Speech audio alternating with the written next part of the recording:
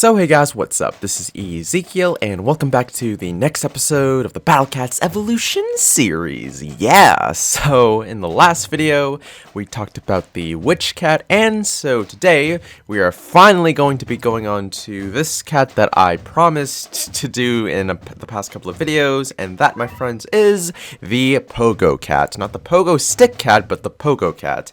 I actually got the name wrong right there, so I had to, sort of correct myself as of right now, just to avoid any more confusions later on in the video. But anyways, let's just go straight into this cat right here. Sucked into the recent question mark with the parentheses trend of toys. Still looks pretty fun. Cheap to produce, might survive being broken. And this is pretty cool too. It's like the only description that says might survive being broken and not just say might survive like a killing blow or something crazy like that. So I really like the sort of choice of words that they used right here. But anyways, it's a pretty basic cat. Doesn't have any sort of special attributes. So, it's not good against red enemies, alien enemies, floating enemies, alien enemies.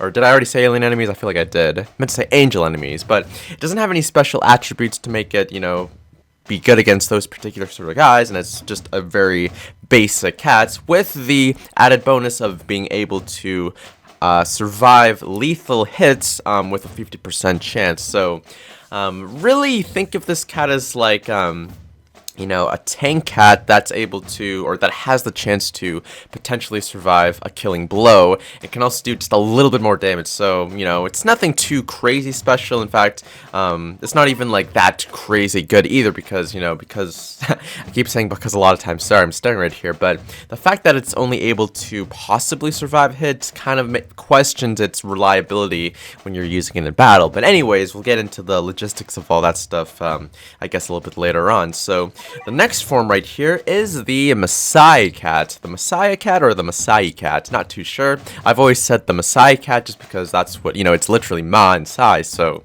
Masai makes sense to me. But anyways, the Masai Cat. Volunteered overseas and experienced cultural exchange. Tacoma costume. Cheap to produce, might survive lethal attacks. So, I can sort of appreciate the Masai Cat just a little bit more after taking my, my global and international studies ethnography specialization course. So the fact that we learned about cultural exchanges and how different countries and or social cultural behaviors interact with one another. So it's just like a really cool thing that I'm not going to get much into because obviously this is like university stuff and this is just a Battle Cats video, but regardless, it's a cool little aspect right here, I think. So anyways, the abilities more or less stay the same. Forgot to mention that this cat only attacks single units, so not sure if that's anything too relevant, but you already read it before, so I don't have to like capitalize on that, but its stats do increase just a little bit. The survivability chance still remains the same. So really, between the two forms of the Pogo Cat and the Masai Cat, again, the reliability to use them in battle, because if you're trying to you utilize their ability to survive like lethal hits and stuff, it's not going to happen like all the time. So using this cat is sort of like luck and chance, or fate and chance if you'd call it that, if you're trying to use it in a particular battle. Again, it does do a decent amount of DPS and is also really easy to produce too, as I just said. I forgot to mention that as well. But you can essentially spam these dudes and start like a mini army of these guys that can sort of wail on the opponents.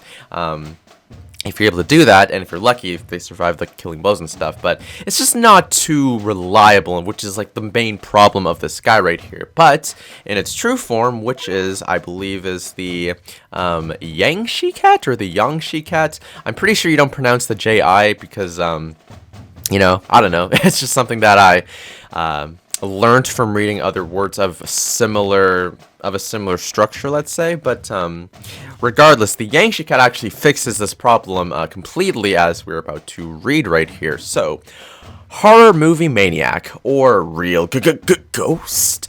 Mystic Seal is just this month's gas bill. Cheap to produce, 100% chance to survive, which is pretty good right there. So right there, that's what essentially fixes the problem. So from going to unreliable to very reliable, whenever this cat takes a killing blow, it will always survive it. So it can actually go straight back into battle just for a little bit longer to, do some extra damage and stuff. So the abilities don't change, but it does gain an increased or a maximum increase for the survivability change, which is really cool. Also, just a little bit of I don't know.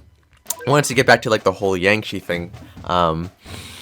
I have seen this particular costume in other games that I've played just on my own time, like Japanese games and stuff like that. So I don't remember the lore behind it, but it has to do with something spiritual or ghost-like. So I'm assuming that's the whole correlation of why this guy's able to survive hits 100% of the time or something like that. I'm sure I got it wrong, so I might actually Google this a little bit later just to find out for sure.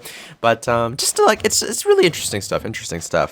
But yeah, that's pretty much all we got for the forms. So let's just get right into the battle composition right here before we get to the aesthetical looks, of course. So for this battle composition, we're going to be using just a very basic team, so no special cat combos needed right here, just because I feel like you don't really need it for this particular cat, because it already, it has just one purpose, and that's to survive lethal hits and, to sort of spam them as a wall sort of thing. So really, just for this example, we're going to use a very basic team. It's kind of oriented mostly to ranged attack and having a good spam wall to prevent enemies from getting closer. So it's nothing too crazy special here, it's just very basic.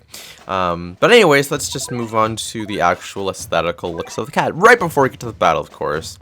It'd probably make more sense if I if I just did the dojo stuff first and then talked about the battle composition, so that I don't have to confuse anyone, or it's like baking a cake, even though you're going to baking a cake before, let's say, dinner time. So you just made a cake, but you can't actually eat it because there's something else to eat first. So it's sort of like that logic right there. So I might do that for the next videos to come. Not too sure, but slow this down right here. Go a little bit too fast right here. You can see that he's pretty cool right here. This guy's just jumping on a pogo stick, having a good ass time, jumping at the same consistency, at the same height, which is a little bit freaky because I guess it takes a lot of dedication and skill to actually do that. And you see right there, its ability is being showcased because it's able to easily survive the crazy dummy cross thing from crashing down. But that was just really lucky my part, because usually half the time it does work, half the time doesn't work. But yeah, he's just jumping at a very consistent rate with that poker stick. So I definitely think that this guy actually has a ton of skill, which is pretty cool, I'd say. Whenever he attacks enemies, he literally just jumps in their face and kind of be look at my skill right here. That's probably what kills them, really. It's his jumping skills are so freaking good. It's just the enemies are just holy shit, this skill is way too much, and then they just die of amazing right there. So if you thought Mario was really Mario, people get really mad when I say Mario, but I've always said Mario anyway. So Mario, if you think Mario is the jump master dude, then this guy right here is even better. Plus he's a cat, so it's all cool in that regard. But yeah, that's pretty much all I can say for the Pogo Cat. Now we're gonna move on to the Masai Cat, and this one's pretty cool too. This one in particular, his design and stuff, reminds me of Yoshi's Island DS, because there's a particular stage, or I guess area in the game, where you're fighting Shy Guys that have these tribal Shy Guys that have spears and stuff that can poke you if you jump over them, or if you're running towards them and their spears are facing you horizontally. But these guys are pretty cool too. So instead of jumping on a pogo stick, they're actually jumping just on their legs. So really, these guys have they have really good leg strength if you're able to jump consistently this entire way through and not get tired at all. So it's sort of if the macho legs were attached to some cat and you know, they were utilized and stuff, then it'd be this cat right here. So it's pretty cool, not gonna lie. But when this guy attacks, it's a little bit more violent, let's say, because he's literally throwing down his spear with the little red banner thing right there directly into the face of his enemies. So it's like, poking their eyes out, which is definitely scarier than, you know, jumping in their face and just killing them with, like, the skill. I mean, this guy still has skill, but now he's just a little bit more violent, which is a little bit freaky. But anyways, that's pretty much all I can say for this cat as well. The markings are pretty neat too. That's what really, like, it's the markings and the spirit that really reminded me of, like, the Yoshi's Island DS Shy guys there. But anyways, that's pretty much that for that. That's pretty much that for that. Wow. Good English. The Jiangshi Cat now. So the Jiangshi Cat's probably, like, the most interesting just because of, like, aesthetically, it's a lot more complicated versus the first two forms. It's like, oh, yes, I'm sure spears and poker sticks and all that fun stuff are pretty complicated, like, you know, in real life, I suppose, historically and technologically, how they're built and whatever. But the Yankee Cat's kind of cool. Like, it has this tier, which, as I said before, resembles the one as you would see in, you know, whatever it's based off of. Like, I really wish I knew the term or, like, what it was called, like, what these guys. I think it might be called Yankee. I'm not actually sure. Don't want to get the info wrong right here. I might actually check real quick. Well, I said I would check it real quick afterwards, so I guess I'm not going to mention it again. So, we don't have to worry too much about, like, the technical stuff. Let's just look at the aesthetical stuff right here. So,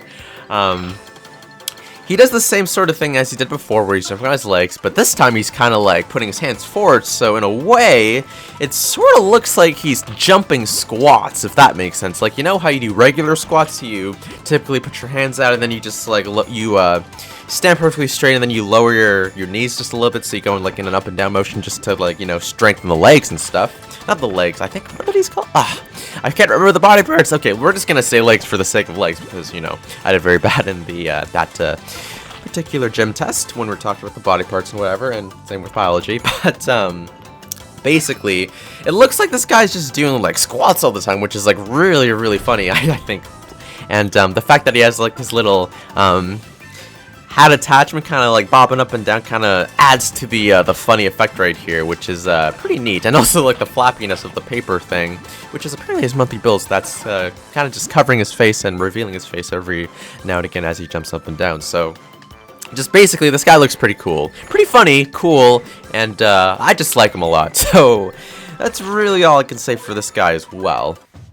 So now that we've gotten the aesthetical looks out of the way, let's actually use these guys, so the whole team composition in this particular battle. So I'm going to be going to the Ritual Happiness 3 stars this time, just, you know, to make things a little bit more challenging, because the last few videos have seemed to be really easy and kind of exceed my expectations. So we're going to sort of turn things up a little bit right here, just because I feel like the Pogo Cat is a bit more of a serious contender, like at least in its true form, because a lot of people like to use it for stages like this, as I'm about to show you guys. But what was I saying? I kind of lost my train of thought right there. Anyways, this doesn't really matter because we're already here, and so let's just do the battle. So we're fighting these particular sloths right here. These ones are dangerous because instead of having like the really long cooldown the really long wait times between their attacks, it just kind of attacks at a very consistent and fairly, I say decently fast rate. So it's a little bit freaky in that regard. Like you can see here, the Yankshi Cats are doing pretty well. They take the hits from these guys, survive one, so they come right back, and then they're able to sort of hold these guys off for a little bit. Now, you might be wondering, like, why am I not using, like, just the basic spam cats, which in this case are the Eraser Cat and the Maniac Eraser Cat? Well, when you're using the Yankshi Cat, it's all about efficiency. So, let's say I started spamming a bunch of the Eraser Cats and the Maniac Eraser Cats. Together, if I send one of each, I spend about 300, and they can only really take one hit from these guys. With the Jiangshi Cats, I'm able to send them out and only spend 240, and they can take the exact same amount of hits as they would for the previous two. So, it's like a difference of saving 60 currency of, you know, using the Yankshi Cats instead of the Eraser and Mania Cats. So now, that might not seem like a whole lot to you. It's like 60, like, you can't even, you can't really do much of that. But, over time, that 60 sort of builds as you're just you're saving it by just using the Yankshi Cat. So it definitely helps when you're trying to build money to increase the work count and get more expensive cats later on. So that's why the Yankshi Cat's really good. It's about that efficiency that you typically need when you're, you know, doing stages where getting money like easily is a little bit more difficult. So that's why this cat's you know, really good in that regard. So with that out of the way, we can essentially you know, do this battle as it is and try to win it. So, you know, the Yankshi Cats should make it pretty simple. I don't think I need to spam the Eraser Cats anymore. Yeah, because it's just these guys. They're just gonna die in like one hit anyway. So again, just to be efficient, I'm gonna try to use just the Yankshi Cats right here, hoping that it should be fine.